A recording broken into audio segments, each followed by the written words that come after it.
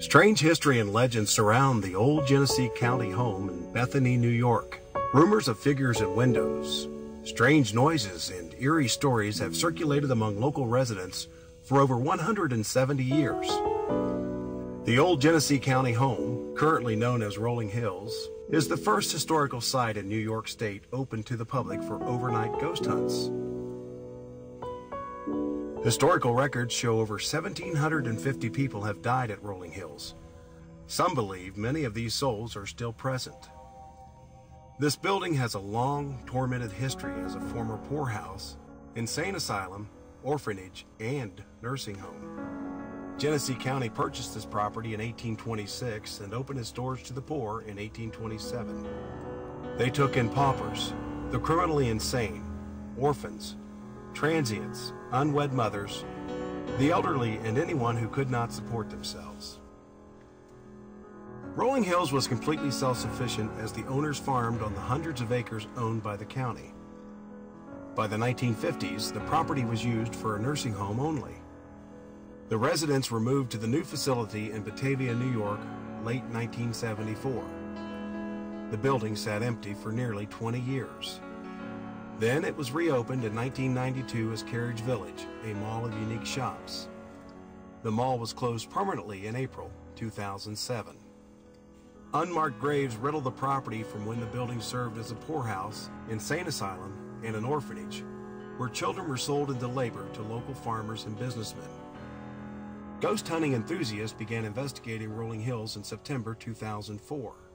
There have been several paranormal experiences on the property that have intrigued even true skeptics. In light of the building's history, there exist many unsettled souls wandering the property and within its remaining structures. Reports from investigators and area residents say that this is an extremely haunted area, both inside and out on the grounds. It is not uncommon to hear voices, doors opening and closing, knocking, and chairs moving about. EVPs, or electronic voice phenomenon, have been captured often.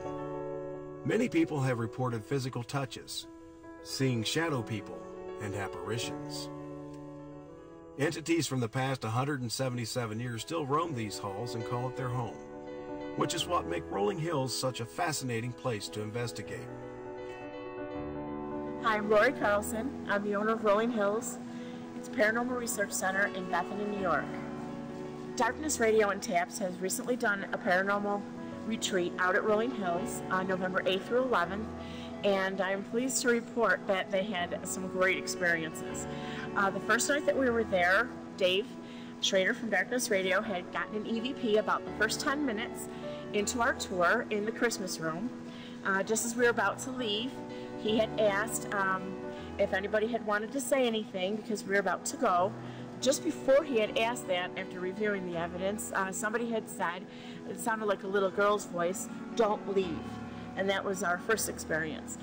We've had actually many EVPs that were received during the investigation, and the shadow people came out in full force. Actually, the shadow people were showing up on floors that they didn't normally show up at. Usually it's just on the second floor east wing and sometimes the first floor east wing. And we had them also in the basement and on the third floor and lots of different areas that we don't normally see them. There was a lot of personal experiences also with clothing being tugged, hair, different experiences like that, chairs rattling around underneath people. So it was an excellent weekend for us. We filmed here at Rolling Hills a few years ago. Unfortunately, I didn't have any experiences. We were kind of low as a team for experiences, but that's not necessarily because there's nothing here, only because we were only here one night. How can you really say that anything's haunted just being there for one night, right? We were sitting in the hall where the shadow people are seen, and we were trying to coax them to come out. And all of a sudden, very low on my chair, you could hear metal tapping on metal as if it was a ring or something like that tapping on the leg of the chair. Marcy looks over at me and says, "Is that you?"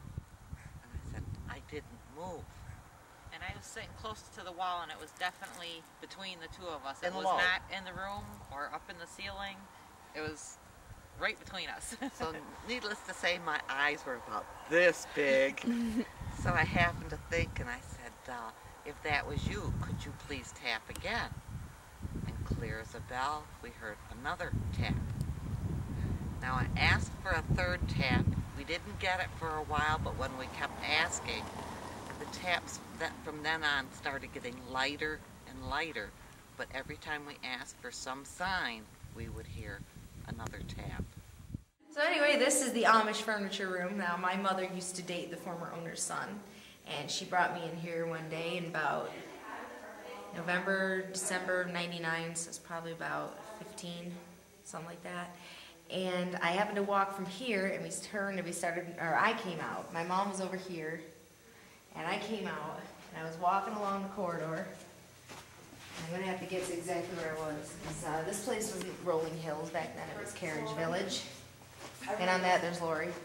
And so I was humming a song that I knew, and I get to about probably this point, and I heard my name whispered really, really loud.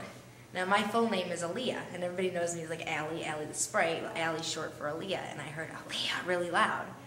And I just turned around, and there's no one there, which there obviously is now, but there wasn't then. It's just like this, basically, no one here. I turned, and I said, oh, hell no, and I came back this way. And I came back into the Amish furniture room here.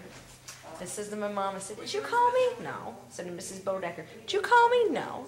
And I think Mr. Bodecker was over here. And I don't remember if Mike was with us or not. Freaking, what, 8 years ago?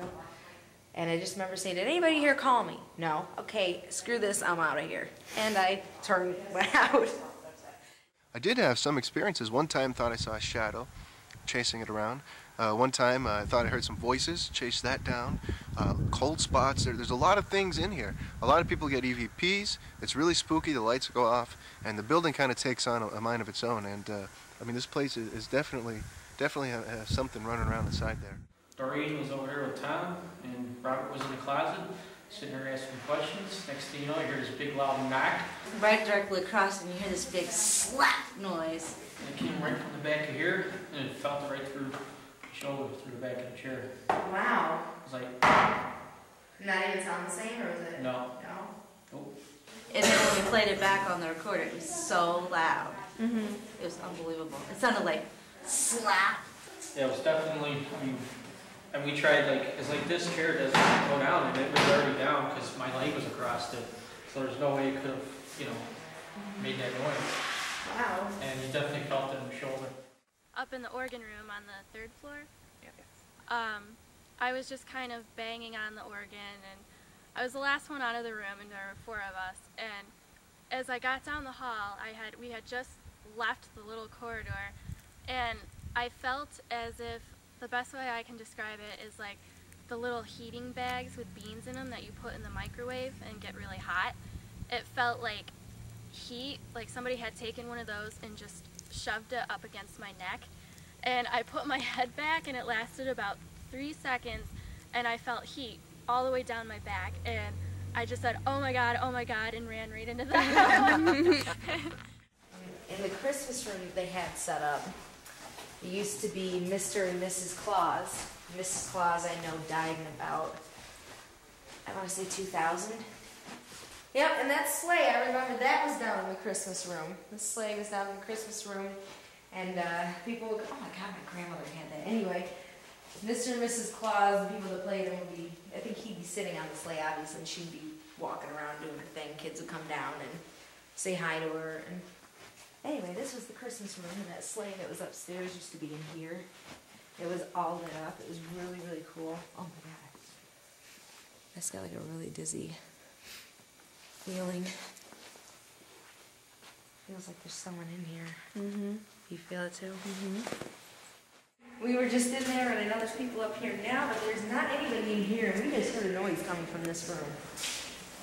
And there is clearly no one in here. And it's always when we're not filming. Come on, give us a frickin' break here. That's how it always works.